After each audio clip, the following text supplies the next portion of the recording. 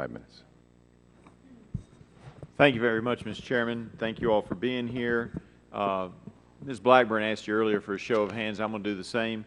If your company anticipates a reduction for the average family that you insure of $2,500 or more, would you raise your hand? If your company anticipates a reduction in premium of $2,000 per average family for your subscribers, raise your hand. Same for $1,500? All right. I appreciate that. When will your company submit their rates to the administration for 2015? Do you all have a date that you're going to do that by? We start. I believe the yes. rates are due toward the end of June. I believe it's June 27th. I think some of the states are a little bit ahead of that. All right. And do you know when those will become public? Depending on the market, sir, that will vary, depending on the states. All right. And when you submit those to the administration, will you commit today to submitting those rates to us as well? I'm not involved in the rate submission process, but to the extent that's possible, I'll need to talk with our company representatives about that. Well, certainly can't see how it would be illegal to share information with the United States Congress, but if possible, you will do it, Mr. Rogers? I need to confirm with our actuaries who are involved in the rate filing process because I'm not. We're happy to work with this committee as long as the rates remain proprietary until they do become public and all of our competitors see them. All right, that's certainly fair. Any others, Mr. Wingle? I'd have to take that under advisement about how we share rates. Mr. Ivanko? I'd just say that the rates are very competitively sensitive for obvious reasons, so we want to make sure that it's a level playing field at the time any rates are disclosed. Have either you or anyone in your organizations, and again, it's for all of you all, engaged in discussions with the administration already about the 2015 rates? Not that I'm aware of. No. Not to my knowledge.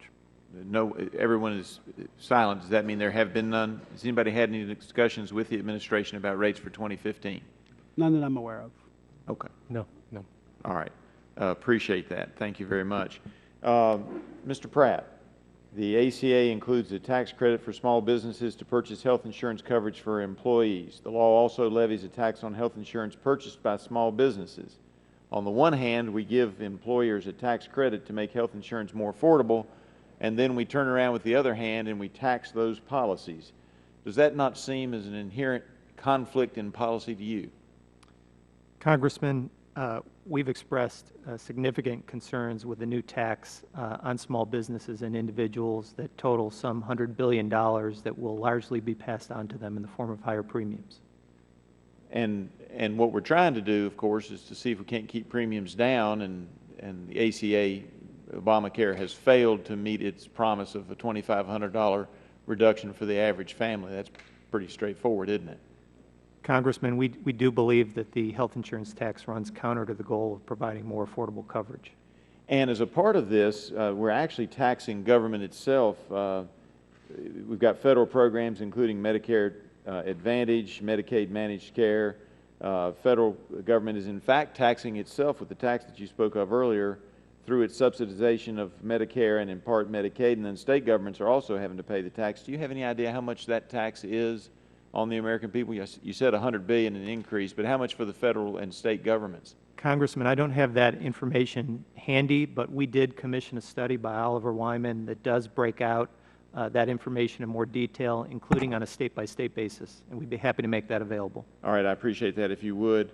Also, in your testimony, you write that insurers have many duplicate enrollments because of the problems with healthcare.gov, and I can tell you that we had that in both, I've heard it from constituents and in our family.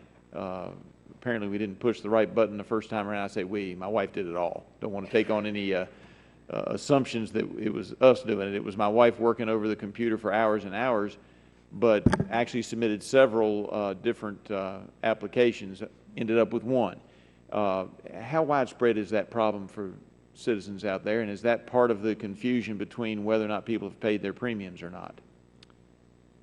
Congressman, the challenge you referred to, I think, was presented as a result of the problems with the website and the technology. And anecdotally, we have heard from our members about a number of duplicate enrollments. Don't have an order of magnitude on that other than to know that it has been a problem and All an right. issue. I appreciate that, Mr. Chairman. I yield back. Gentleman yields back. Now recognize Ms. Schakowsky for